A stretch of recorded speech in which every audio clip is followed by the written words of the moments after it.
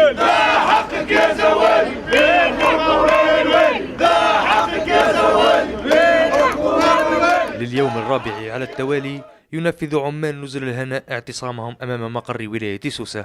مطلبهم هو تنفيذ حكم قضائي يتسلمون بموجبه مستحقاتهم المالية من صاحب النزل الذي أغلق المؤسسة وتمادى في التملص من واجباته حسب قولهم.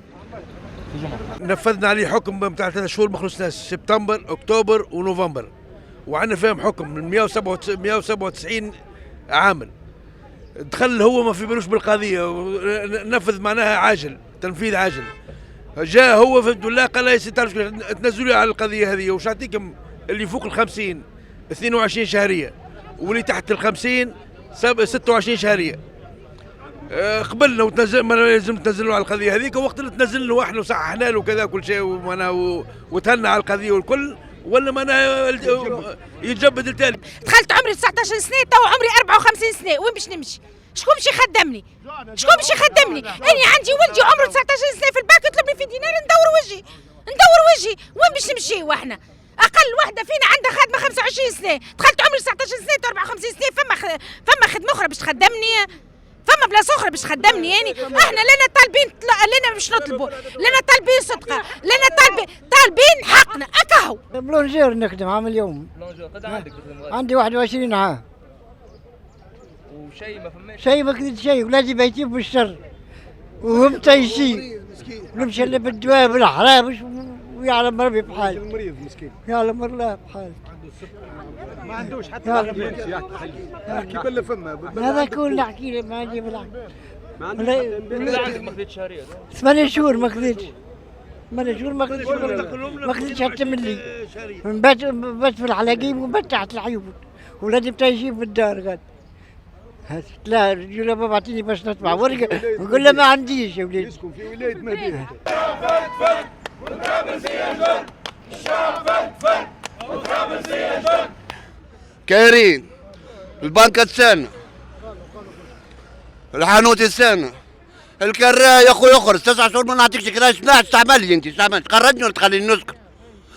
كنا بالسكر او دوانا ضوء دقيتها، الحاكم ضربنا تقهرنا، شوفونا حل. ويني ما طالبين حتى شيء، ما ناش نطلبوا. اعطيونا حقنا يا سيدي، كان ترونا نسوقوا الكياس وقتلونا.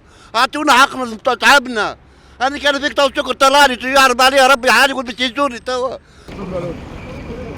يا الله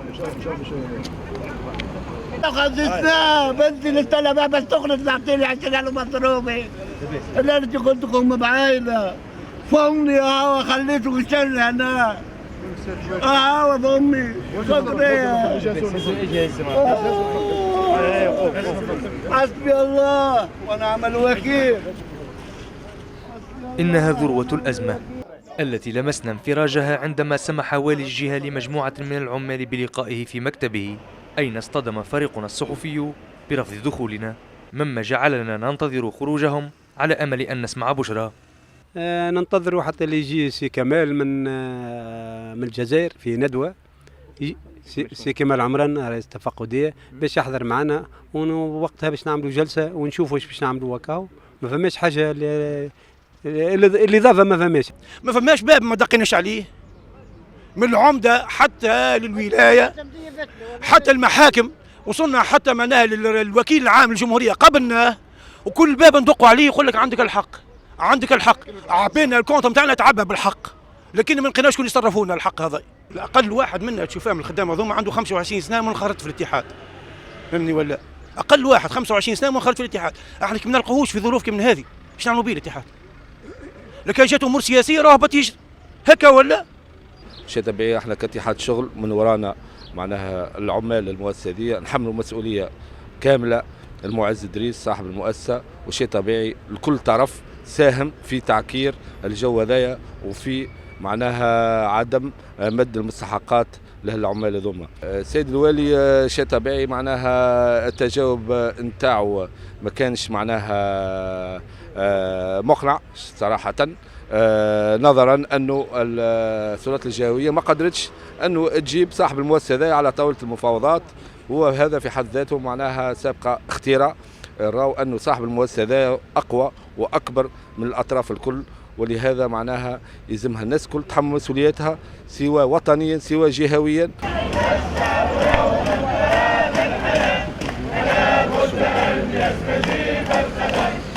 اعتني حقي فهو لا يكاد يوازي ثمن سيارتك الفارهة سيدي، واسمع مني قول رسول الله صلى الله عليه وسلم: أعطي الأجير أجره قبل أن يجف عرقه.